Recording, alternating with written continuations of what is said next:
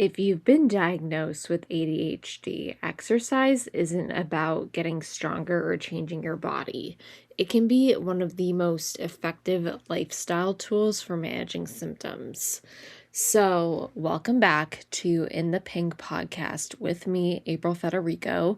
And today I'm actually unpacking a lot because I just got a little bit of a life-altering diagnosis, little less life-altering than my diabetes diagnosis, but I was diagnosed with ADHD at the age of 30, and it honestly explains so much of why I was misunderstood so much as a kid. And after meeting with the psychologist, I actually got a little bit of insight as to why I was the way that I was when I was a kid. And something that one of my good friends actually posted on Instagram was why you actually should be working out if you have ADHD. And I'll put the link to her reel in the show notes. But oh my God, she is so right. So, hi, Julia, this one's for you. So, while exercise isn't a replacement for therapy, which by the way is one of my favorite things lately. I've been in therapy since I was 15. So that's literally half my life. But therapy is one of my favorite things. And another favorite thing of mine is not settling. Yeah, not settling. And also my bridal era. Oh my gosh.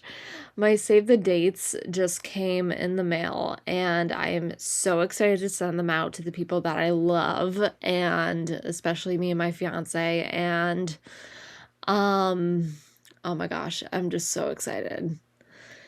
So, anyway, while exercise is not a replacement for therapy or medication when those are appropriate, research consistently shows that regular physical activity can improve attention, executive functioning, emotional regulation, and overall well being. So, here are some of the biggest reasons why movement matters. So, number one, exercise increases dopamine and I'm going to botch this up, but it's norepinephrine. Sorry if I mispronounce that. Oh my gosh. Neuropsychologists are probably like, what the hell is this girl talking about? But people with ADHD have differences in how the brain regulates neurotransmitters like these. And these are chemicals involved in motivation, focus, reward, and attention. So, moderate to vigorous exercise temporarily increases the availability of these neurotransmitters, which is one of the many reasons why people with ADHD report feeling calmer and more focused after a workout. And fun fact, this is actually why Michael Phelps swims. He started swimming to control his ADHD. And I just found that completely appropriate and not just appropriate, but also just fate, destiny, kismet. So think of exercise as giving your brain some of the same neurotransmitter systems that ADHD medications target a natural boost. Number two, it improves executive function. Executive functions include planning, organization, time management, my personal favorite, working memory, task initiation, and impulse control, which impulse control is something I actually do struggle with, and it's something that is part of my bipolar disorder. So that's another fun fact about me that you probably didn't know, is that I'm bipolar as well. Anyway, studies suggest regular aerobic exercise can improve executive functioning by increasing blood flow to the brain and supporting the prefrontal cortex, which is the area responsible for these skills. If you've ever noticed it's easier to answer emails or start homework after a walk, there's a neurological reason, and the reason is because it helps regulate emotions. So one symptom that people don't talk about enough is emotional dysregulation. And as someone who has worked in special ed, this is this is something that I know quite well. So many adults with ADHD experience feeling overwhelmed very quickly, frustration, irritability, anxiety, and difficulty coming down after stress. Coming down, calming down, however it is you want to phrase that. But exercise reduces stress hormones like cortisol while increasing endorphins, which can improve mood and resilience. Over time, consistent movement may make emotional highs and lows feel less intense.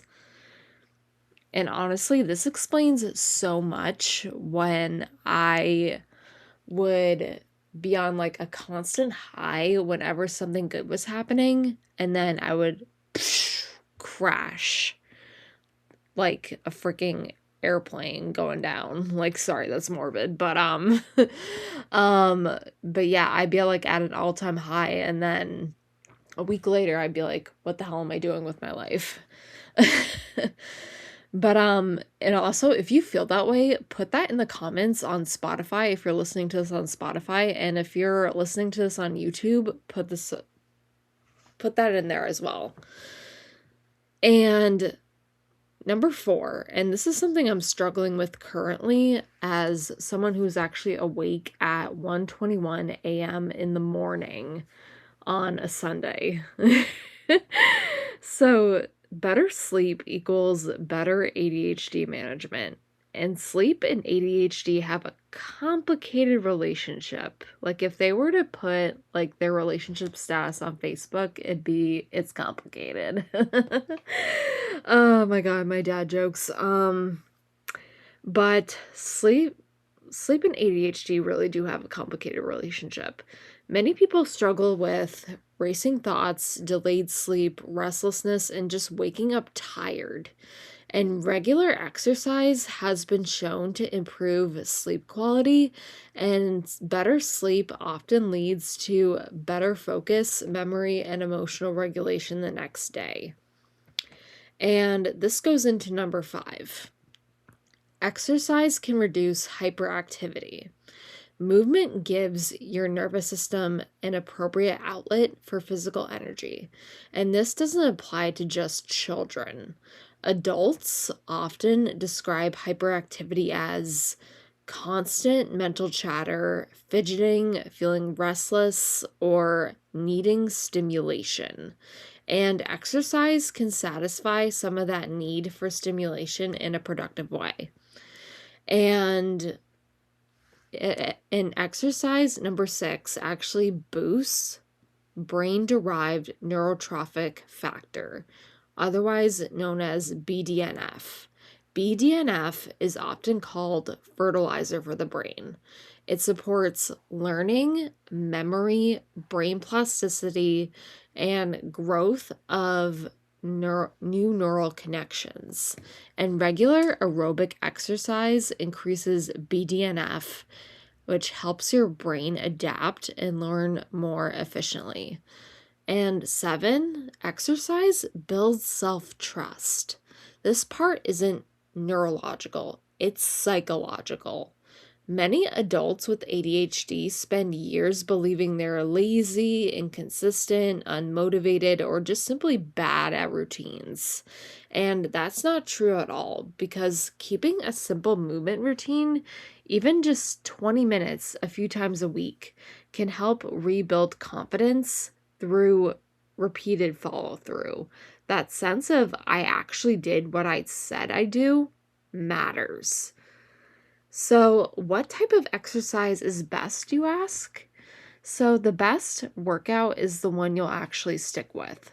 But research suggests that combining different forms of movement may offer the greatest benefits. And examples include strength training, and most people would recommend 2 to 4 days a week of strength training. This improves focus, confidence, and executive functioning while providing clear structure. Aerobic exercise, so like walking, jogging, cycling, swimming, or dancing can improve attention and mood. Mind body exercise. So this is like yoga, Pilates, and Tai Chi. These may help with emotional regulation, body awareness, and stress reduction.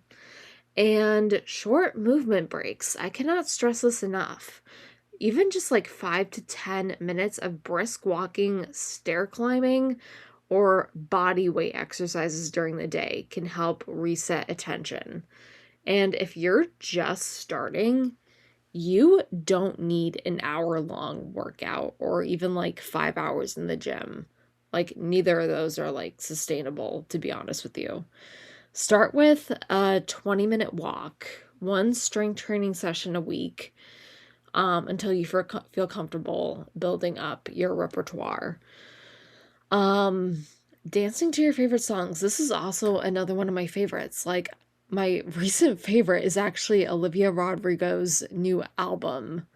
I forget the full title of it now, but honestly, like, Drop Dead is one of my favorite songs, and I would just like be jamming out to it in my kitchen when I'm home. And also stretching or Pilates for 10 to 15 minutes, just nothing crazy. I mean, you can go to a reformer class if you'd like, but consistency matters more than intensity, bottom line. ADHD isn't simply about attention or keeping attention. It's about how the brain regulates attention, motivation, emotion, and executive functioning. Exercise supports many of those same systems. While it's not specifically a cure, making movement a regular part of a routine can improve focus, mood, sleep, stress management, and overall quality of life. So, if you've recently been diagnosed with ADHD, this can also be a helpful reminder. Your brain is not broken, okay? It is beautiful. It may respond differently to routines and motivation, and regular exercise is one evidence-based strategy that can help support how it functions day to day. Okay, so with that being said, I hope this helped at least somebody out there. If it did, let me know in the comments or in the reviews on Apple. Also, I keep forgetting to mention, or at least I mention it, but no one does it. But if you leave a review on Apple, like a written review, I will personally share it on the next episode every single Monday. All right. So with that being said, thank you for listening in. And like I said, I hope it helped somebody out there who's struggling with ADHD. All right. Bye.